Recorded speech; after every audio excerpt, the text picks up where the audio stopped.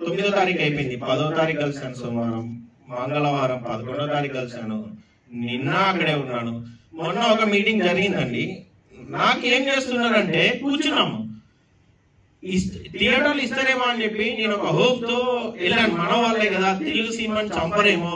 ఇప్పుడు రవితేజ గారు కూడా వాళ్ళ హీరోనే కదా, వాళ్ళు భద్ర చేశారు, రాజాదే గ్రేట్ చేశారు, ఆయన పేరు మీద కోట్లు సంపాదించుకున్నారు. ఈ సినిమాని కిల్ చేయరేమో అని డ్రీమ్స్ తోటి వెళ్తే నాకు ఏదో అంటే ఒక పల్పీ థియేటర్స్ ఇచ్చి క్రీమ్ థియేటర్స్ అన్ని వాళ్ళు తీసేసుకున్నారు. సో నేను మళ్ళీ అడిగాను, నిన్న వెళ్ళి అడిగాను, మీకు కూకట్పల్లిలో ఒక డబ్బింగ్ పిక్చర్ కి ఇన్ని థియేటర్లు ఎందుకండి, నా సినిమా కలెక్షన్ మీద తీస్తున్నారు అని అడిగాను. రేపు ఒక్కరోజు ఆగన్నారు. ఈ రోజు లిటరల్ గా నేను చెప్తున్నానండి జరిగే అన్యాయం ఏంటనేది. ఇప్పుడు గతంలో జరిగిన నుంచి స్టార్ట్ చేశాను. నేను వాల్మీకి సినిమా నైజాంలో డిస్ట్రిబ్యూట్ చేసినప్పుడు సెప్టెంబర్ 13 రిలీజ్ అంటే ఇక్కడ మధ్యలో దొరుకుతాడు, ఎందుకంటే పక్కవాడు ఏదో గ్యాంగ్ లీడర్ సినిమా సెప్టెంబర్ 13 అంటాడు. మళ్ళీ గిల్డ్ మీటింగ్, మళ్ళీ ఏంటి సరే మాట్లాడుకొని ఏదో మేము సెప్టెంబర్ 20 కదలమంటే మళ్ళీ 20 కదలాము. 20వ తారీఖు ఏం చేసిందంటే ఈ మహానుభావుడు ఇక్కడ ఒక డబ్బింగ్ సినిమా తీసుకొని వచ్చిండు. నా ఉద్దేశము సినిమా ఇక్కడ ఇండియన్ ఈజ్ ఇండియన్ అంతే. Cinema I love. ఓకే, ఈ సినిమా సేమ్ డేట్ వచ్చిందండి. ఇక్కడ చూడండి, you can see how many theatres given to this dubbing picture బందోబస్తు. ఇక్కడ చూడండి నా సినిమా వాల్మీకి ఎన్ని థియేటర్స్ ఇచ్చారు. ఓకే, అంటే నేను రెస్పెక్టబుల్ గా ఒక ఫీల్డ్ లో ఉంటున్నాము, అందరిని గౌరవించాలి, సామరస్యంగా వెళ్దాము, అందరూ మనకి ఇంపార్టెంట్, నా అన్న రాజన్న, నా అన్న శిరీష్ అన్న అనుకుంటే నా కళ్ళల్లో పొడుస్తున్నారు. నేను ఎంత రెస్పెక్ట్ చేసినా కూడా నా కళ్ళల్లో పొడుస్తున్నారు. భరించి ఈ రోజు వచ్చినా అండి, ఎందుకంటే ఇంకా భరించలేను. ఇదండి మీకు తెలుసు. దీనికోసము అంటే నేను అనుకున్నాను నా మెగా హీరో సినిమా ఇది, దీన్ని డిస్టర్బ్ చేస్తాడా అనుకున్నాను. ఆయన డైరెక్టర్ హరిశంకర్, ఆయన కాంపౌండ్ నుంచి వచ్చారు, ఈ సినిమాని డిస్టర్బ్ చేస్తాడా అనుకున్నాను. దీనికోసం నేను ఇక్కడ యాచన చేసినట్టు యాచించిన దీనికోసం. అప్పుడు డైరెక్టర్ గారు ఇన్వాల్వ్ అయితే, హీరో గారు ఇన్వాల్వ్ అయితే కొన్ని థియేటర్లు ఇచ్చి నేను ఆయనకు సాయం చేసినా అని చెప్పుకుంటున్నాడండి. నువ్వు సాయం చేయడం ఏంటండి? నీ సినిమా ఫ్లాప్ అయింది, బందోబస్తు ఫ్లాప్, వాల్మీకి హిట్, అందుకు థియేటర్స్ వచ్చినాయి. హీరో గారు ఫోన్ చేస్తే థియేటర్స్ ఇచ్చిళ్ళు. అంటే ఎప్పుడైనా ఒక వ్యక్తి మొదలు కావచ్చు, హీరో గారు ఇచ్చారంటే వాళ్ళకి నాలో ఎక్కడో నిజాయితీ నచ్చింది కాబట్టి నాకు సపోర్ట్ చేస్తున్నారు. If I'm wrong nobody will support me. ఇది ఒక ఇష్యూ అండి. ఈ రోజు Vijay cinema master cinema release అయిందండి. ఒక సిటీలో మీకు తెలుసా అండి, వెరీ ఇంపార్టెంట్ షేర్ మీద ఉన్నాయండి. అంటే ఈ లెక్కలో అంటే ఒక్కొక్క థియేటర్ లో ₹1,00,000 1,00,000 పైన ఉన్న సెంటర్ లో నాకు మొత్తం డిస్టర్బ్ చేశాడండి. అయినా భరించిన నిన్నటి వరకు. పోనీలే సినిమానే మాట్లాడాలి అనుకున్నానండి. నిన్న ఏదో బిల్లు మీటింగ్ జరుగుతుందండి దసపల్లలో. నా కోసం ఠాగూర్ మధు గారు, డైరెక్టర్ గారు అందరం పోరాడుతున్నాం. ఏంటి మన సినిమాని బతికించుకోవాలా, ఎందుకంటే 9వ తారీఖు ఒక ఆర్థిక ఇబ్బందుల వల్ల రిలీజ్ కాలేదు, మనకు రెవెన్యూ మిస్ అయింది. ప్లస్ హిట్ సినిమా మన మీద జనాల మీద చూసేమని రుద్దట్లా. మీలాగా ఫ్లాప్ సినిమాలు చేసి మల్టీప్లెక్స్ లలో షోలు పెంచి సినిమా తీయద్దని చెప్పి ఫ్లాప్ సినిమాని మీ మీద రుద్దట్లా, జనాల మీద రుద్దట్లా, ఆడియన్స్ మీద రుద్దట్లా. It's a blockbuster movie even though you are spoiling the revenue. అయినా నేను భరించినండి. నిన్న ఏమైందంటే ఠాగూర్ మధు గారు రాజు గారు మాట్లాడతారంట అని కాన్ కాల్ లో తీసుకున్నారండి. They were at Daspalla, I'm at my office. Phone చేశారండి, గుడ్ ఈవినింగ్ సార్ అన్నాను. గుడ్ ఈవినింగ్ అమ్మా అన్నాడు. ఏంటి ఏదో బాగా కంప్లైంట్ చేస్తున్నావు అంట, ఏంటి అంటే సార్ ఏం లేదు, నీకు ఇచ్చారంట కదా, రాజు శిరీష్ కూర్చున్నారు, సునీల్ కూర్చున్నారు, నీకు ఇచ్చారంట కదా అన్నాడు. ఏమి ఇచ్చారండి? 70% నీకు న్యాయం జరిగింది అన్నాడు. 70% అన్యాయం జరిగింది, 30% న్యాయం జరిగింది. డబ్బా థియేటర్లు నాకు ఇచ్చేసి ₹1 కోటి షేర్లు వచ్చే థియేటర్లు అన్ని మీరు లాగేసుకున్నారు. నేనైనా భరించిన, ఈ రోజు తర్వాత డిసైడ్ చేద్దాం అన్నాడు. ఆయన మాట్లాడుతూ అంటే మేబీ ఆయన అనుకుంటున్నాడేమో నా దగ్గర డబ్బు ఉంది, నేను ఈ నైజాంలో కింగ్ అనుకుంటున్నాడేమో. What is your situation, where you are started, నీ గతం ఏంది, నీ చరిత్ర ఏంది, నీ కాలు ఎక్కడ మొదలైందో అందరికి తెలుసు దిల్ రాజు గారు. ఓకే, నేను మాట్లాడతా, నీ దగ్గర కూడా వస్తా దిల్ రాజు గారు, ఎందుకంటే రెస్పెక్ట్ నిలబెట్టుకుంటా. నీ చరిత్ర ఏందో, నీ గతం ఏందో తెలుసు. పెళ్లి పందిరికి ముందు నీ చరిత్ర ఏంది, కాస్ట్యూమ్స్ కృష్ణ పెళ్లి పందిరి సినిమా ఇవ్వకపోతే ఈ రోజు నువ్వు నట్లు బోల్ట్లు అమ్ముకునేటోడు నువ్వు. ఒక నట్లు బోల్ట్లు అమ్ముకునే వ్యక్తి నన్ను రారా పోరా అని సంబోధిస్తానని. నేను ఇంజనీరింగ్ చదువుకున్నా, electronics and communications engineering from JNT university. ఆయన ఒక సహనం కోల్పోయి చల్ పోరా అన్నాడండి. అంటే ఒక 12 మంది ముందు నన్ను ఇన్సల్ట్ చేయడం నాకు బాధ అనిపించింది. థియేటర్లు కాదు, నాకు రెవెన్యూ కాదు, నా పర్సనల్ క్యారెక్టర్ మీద కొట్టినండి. సార్ నేను సంబోధిస్తే రారా పోరా కొట్టడం ఎంతవరకు కరెక్ట్? దాని మీద నేను ఇనిషియేషన్ తీసుకున్నానండి. ఎందుకంటే నేను రెస్పెక్ట్ ఇచ్చి సార్ అంటే నువ్వు నన్ను రారా పోరా అంటే what you are thinking mister Dil Raju? నువ్వు రతన్ టాటా కంటే గొప్పడువా? అబ్దుల్ కలాం కంటే గొప్పడువా? చెప్పు. నువ్వు కేసీఆర్ కంటే గొప్పడువా? లేకపోతే చంద్రబాబు నాయుడు కంటే గొప్పడువా? పవర్ స్టార్ పవన్ కళ్యాణ్ గారి కంటే గొప్పడువా? మోడీ కంటే గొప్పడువా? బండి సంజయ్ అన్న కంటే గొప్పడువా? ఎవరు నువ్వు దిల్ రాజు? ఎవరు నువ్వు? నువ్వు ఒక వ్యక్తివి. నీ అదృష్టం బాగుండి నీకేదో సుధాకర్ రెడ్డి గారు సాయం చేస్తే సినిమా వ్యవస్థ అయింది అనేది వివి వినాయక్ గారు నీకు స్టోరీ డిస్కషన్ లో కూర్చోబెట్టి నీకు నేర్పించిండు సుధాకర్ రెడ్డి గారు. సుధాకర్ రెడ్డి గారు గురువుని ఏం చేసినావో ఇండస్ట్రీ అంతా తెలుసు. నీకు దిల్ రాజు కాదు, ఈ రోజు నుంచి నువ్వు kill Raju. You are not Dil Raju, you are Kill Raju. You are killing the producers by submitting wrong revenue. You are killing the exhibitors by threatening them not to give to other distributors that movie, this movie. You and your brother Mr. Sirish Reddy, you are threatening them. You are killing the producers. You are killing the exhibitors, and almost at last you are killing the character. You are humiliating everybody. ఒక మానవతా విలువల్ని నీ దగ్గరికి వచ్చే exhibitor పాపం అతను ఏదో ఎన్నో బాధలు ఉంటాయండి. నాకు ఫ్యామిలీ ఉంది. ఈరోజు భోగి పండుగ, మా అమ్మ మా చెల్లె బ్లాక్ బాస్టర్ కొట్టిన ఇంటి దగ్గర సెలబ్రేట్ చేసుకుందాం అంటే నా బాధ ఎవరు చెప్పుకోవాలో అర్థం కావట్లేదు. అంటే ఏడుస్తే కన్నీళ్ళు వస్తాయి, కానీ నా లోపల నుంచి రక్తం వస్తుంది. అంటే నాకు అంత బాధ ఉంది, ఇంత బాధ ఉందండి. నేను ఇంటికి వెళ్ళలేకపోతున్నా, ఇంత పెద్ద బ్లాక్ బాస్టర్ కొట్టి. నాకు ఒక ఫ్యామిలీ ఉంది.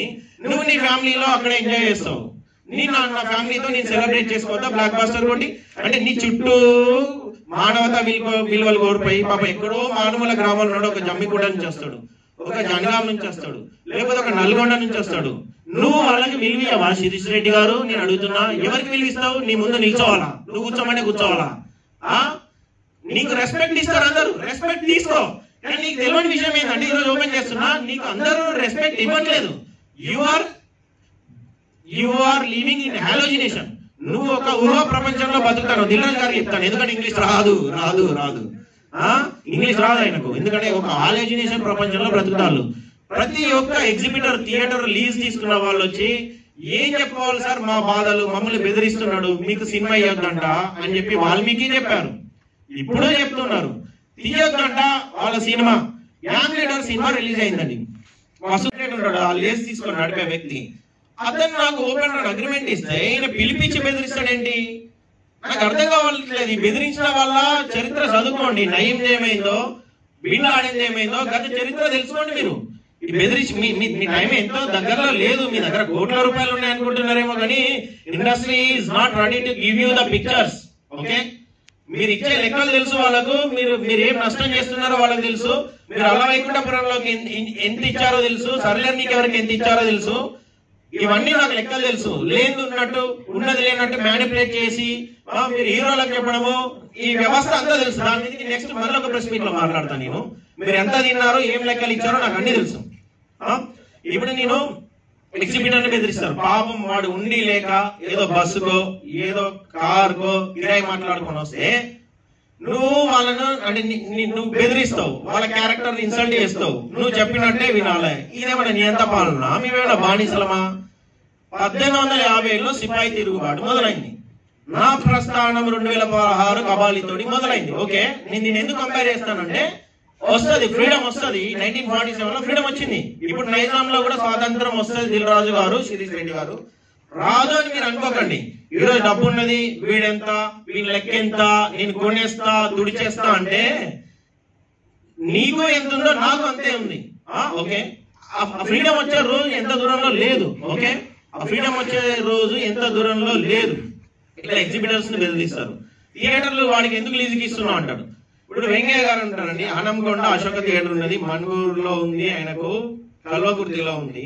థియేటర్లు వాడికి లీజుకి ఇవ్వద్దు అంటాడు ఈయన. Who is he to tell? Who is he to insist them to not to give to me? అంటే నువ్వు థియేటర్స్ లీజ్ తీసుకోవచ్చు, నేను తీసుకోవద్దా? అంటే థియేటర్స్ లీజ్ తీసుకుంటే ఇతడు స్ట్రాంగ్ అవుతాడు, వీడు స్ట్రాంగ్ అవుతాడు. వీడు స్ట్రాంగ్ అయితే వీడి దగ్గర రెవెన్యూ కనబడితే వీడు 4 సినిమాలు ఎక్కువగా ఉంటారు. 4 సినిమాలు ఎక్కువ ఉంటే నైజాంలో నా చరిత్ర ఎండ్ అయిపోతుంది. సరిపోదా అండి మీరు చేసిన వాడికి? నేను అడుగుతున్నా, మీరు రిటైర్డ్ ఏజ్ వచ్చిందంటే ఒక గవర్నమెంట్ ఆఫీసర్ కి ఒక రిటైర్డ్ ఏజ్ ఉంటుంది. ఆరిపోయే దీపానికి వెలుగుతూ అంటాడు. మీ ఏజ్ ఏంది? మీరు చేసే రూలింగ్ ఏంది? మీరు అందరిని గౌరవించి మమ్మల్ని బతకనియండి, మీరు బతకండి. 100 థియేటర్లు ఉంటే 100 థియేటర్లు ఈక్వల్ గా పంచుకుందామని నేను అంటున్నా. మొత్తం బ్రేక్ఫాస్ట్ నేనే చేయాలి, లంచ్ నేనే చేయాలి, డిన్నర్ నేనే చేయాలి, ఆఖరికి నైట్ పడుకునే ముందు పాలు తాగి ఫ్రూట్స్ కూడా నేనే చేయాలంటే కుదరదండి. రెవల్యూషన్, విప్లవము అనేది ఎక్కడి నుంచి రాదండి. తెలంగాణ ఎందుకు వచ్చిందంటే మన ప్రైమరీ రైట్స్ అనేటివి తింటున్నారు. ఎక్కడి నుంచో ఉంది. ప్రొఫెసర్ జయరాం నుంచి స్టార్ట్ అయింది. ఇక్కడ నైజాంలో ఉన్న ప్రతి ఒక్క థియేటర్ నడిపే, లీజ్ నడిపే వ్యక్తికి గాని, ఓనర్లకు గాని ప్రతి ఒక్కరికి కడుపు కాలుతుందండి. కానీ ఈయన ముందు మాట్లాడలేరు. కాబట్టి వాళ్ళందరి తరఫున నేను రిప్రజెంట్ చేస్తాను. మీరు మారండి, మీ విలువలను మార్చుకోండి. వీళ్ళకి మీరెంత అవసరమో మీరు వీళ్ళకి అవసరం. అంటే నేను కూడా డిస్ట్రిబ్యూటర్నే. మేము మీకెంత అవసరమో మీరు మాకే అంత అవసరము. మీరు భయపడద్దు. మీకు కావాల్సిన రేట్లు స్వేచ్ఛగా వేసుకోండి. ఇక్కడ 50,000 ఇచ్చి ప్రొడ్యూసర్ కి 2 లక్షలు చూపించి మీకు 50,000 ఇచ్చి మీరు థియేటర్లు నడుపుకోలేక మనకి ఏముంటదండి? నాకు థియేటర్లు సంక్రాంతి, దసరా, సమ్మర్ ఈ సరిగ్గా నడిస్తే మిగతా అంతా మనం ఏదో పబ్బం గడపాలి. ఒక 20% ఆక్యుపెన్సీ తోటి పబ్బం గడపాలా? దీనికోసం మన విలువలు ఎందుకు గొడవట్టుకోవాలండి? నేను అందరు అడుగుతున్నా, తెలంగాణలో ఉన్న అందరు ఎగ్జిబిటర్స్ ని, విజయేందర్ రెడ్డి గారిని, లేకపోతే ప్రముఖ ఎగ్జిబిటర్స్ అందరు ఓనర్స్ లెస్సింగ్ నేను మీడియా ముఖంగా విన్నవించుకుంటున్నా. మీరు భయపడకండి. నేను మీ వెనకాల ఉన్నా, మీ వెనకాల లేకున్నా మీరు థియేటర్స్ ఓనర్స్, లీజర్స్. అది నేను చెప్పేది. ఇప్పుడు దేవుడి దగ్గరికి వేసే హుండీ ఇంపార్టెంట్. టెంపుల్ నడవాలంటే దేవుడు ఎంత ఇంపార్టెంటో హుండీ కూడా అంతే ఇంపార్టెంట్. ఆ హుండీ రెవెన్యూ తోటి అన్నదానం పెడతారు, లేకపోతే ఖర్చులు ఉంటాయి. సో అలాగే మీరు భక్తులైతే, డిస్ట్రిబ్యూటర్ దేవుడైతే, ప్రొడ్యూసర్ కూడా దేవుడే. It's a phenomenal cycle. This is a proportional cycle. Everybody ఇదంతా ఒకరి మీద ఒకరు డిపెండెంట్ వ్యవస్థ. ఇది డిపెండ్ అయ్యి మనం అందరం.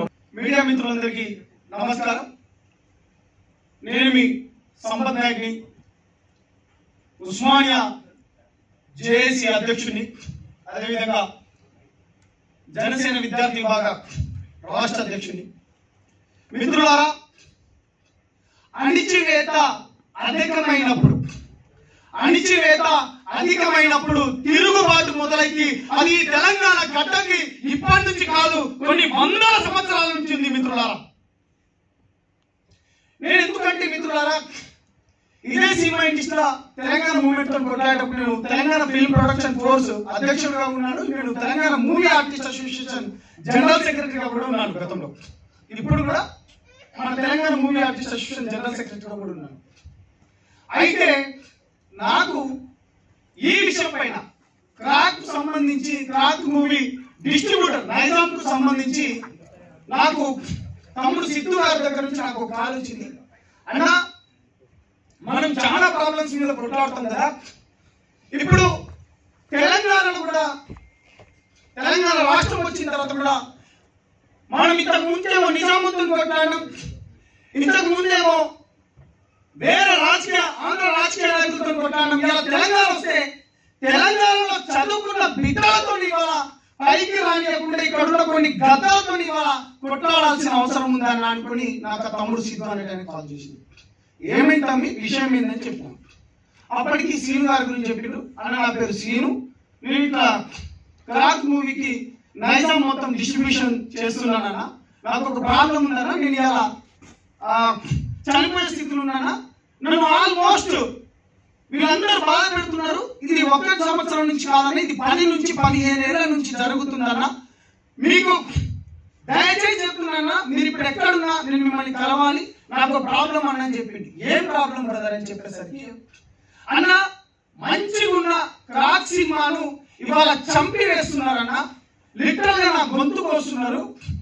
కరోనా సమయంలోనే మొత్తం యావత్ ప్రపంచం మొత్తం చక్కడైన రోజుల్లోనే మొన్నటి నుంచి థియేటర్ ఓపెన్ చేస్తే పెద్ద సినిమాలు ఎవడో ధైర్యం చేయకపోతే నేను వచ్చి నష్టపోతానని తెలిసి కూడా ఇవాళ నేను కొంచెం ధైర్యంతో నేను ఇవాళ ఈ సినిమా రిలీజ్ చేస్తే నా థియేటర్లను అనవసరంగా లాక్కుంటున్నారన్న అని చెప్పిండు. ఎవరు లాక్కుంటున్నారు బ్రదర్ అని చెప్పిండు.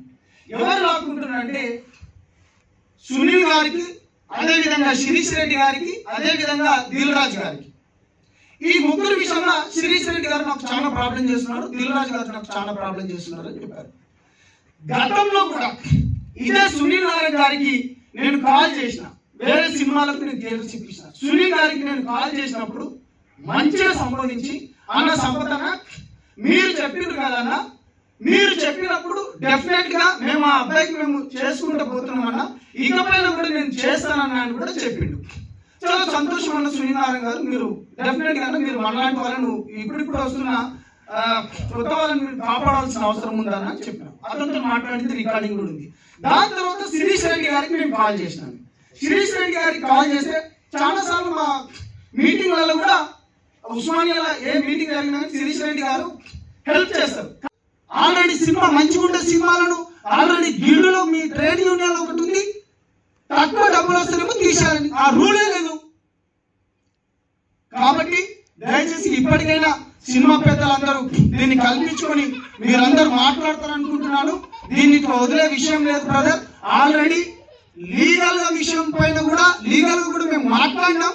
కానీ వద్దు, మీరు మీడియాలు ఉండేటోళ్ళు, మీరు పొద్దున్న లేస్తూ మీడియాలు ఉండేటోళ్ళు, మీ పైన ఇటువంటి అన్పార్లమెంట్ మీరు తెచ్చుకోవద్దు.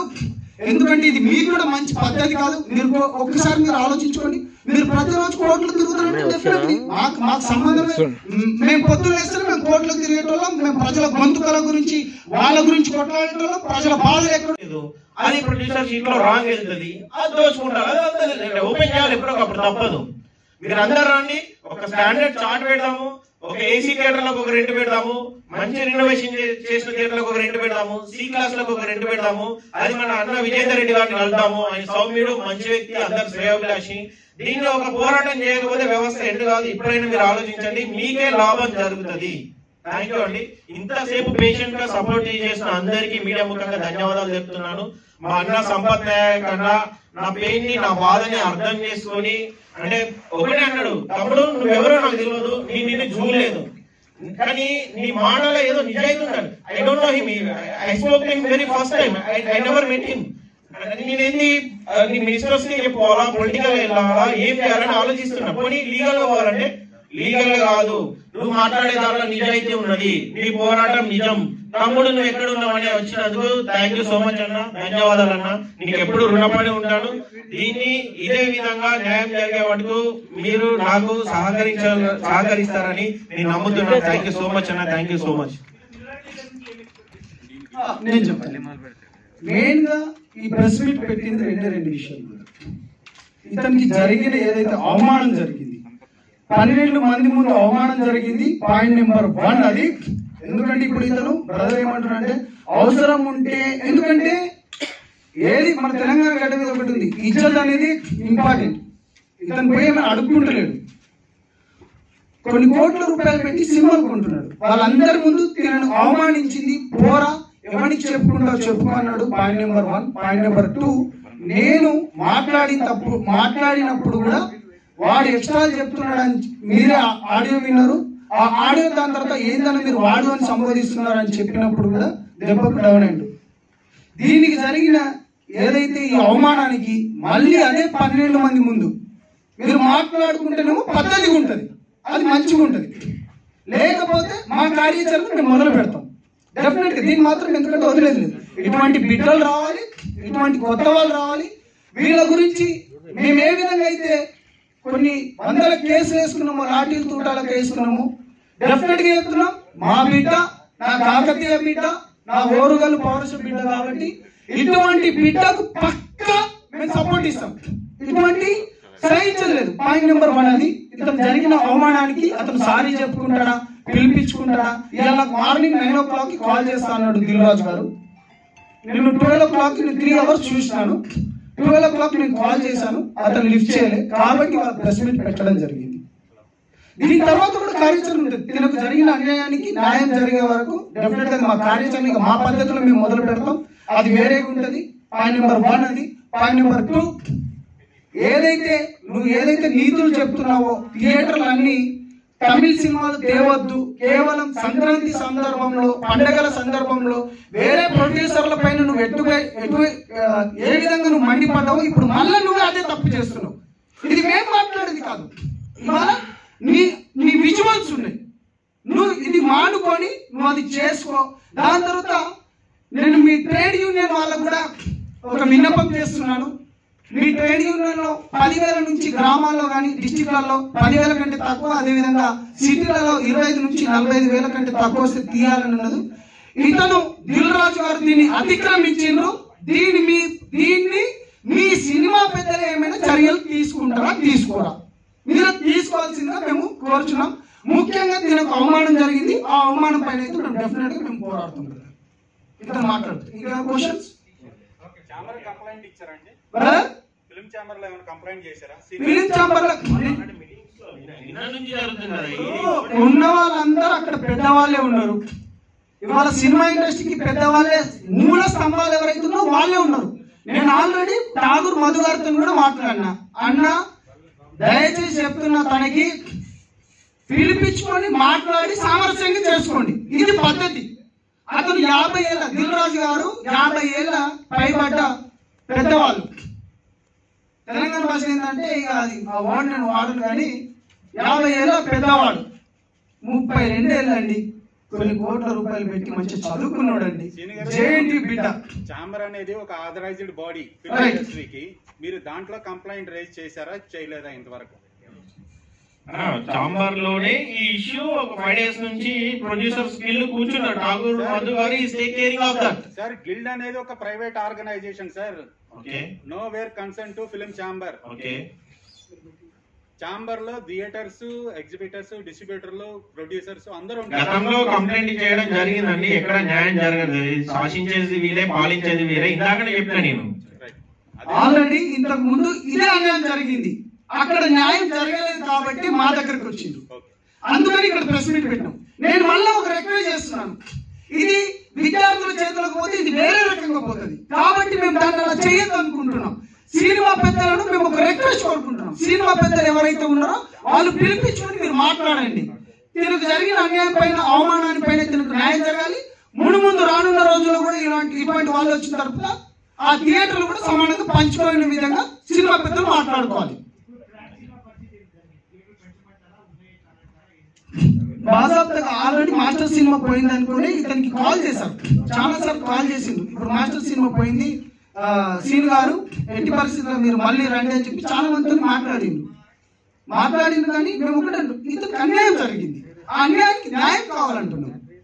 ఇక్కడ గుడ్ క్వశ్చన్ మీరు అడిగింది. ఇప్పుడు గ్యాంగ్ లీడర్ సినిమా రిలీజ్ అయిందన్న, ఇందాక నేను చెప్పానో లేదు తెలియదు.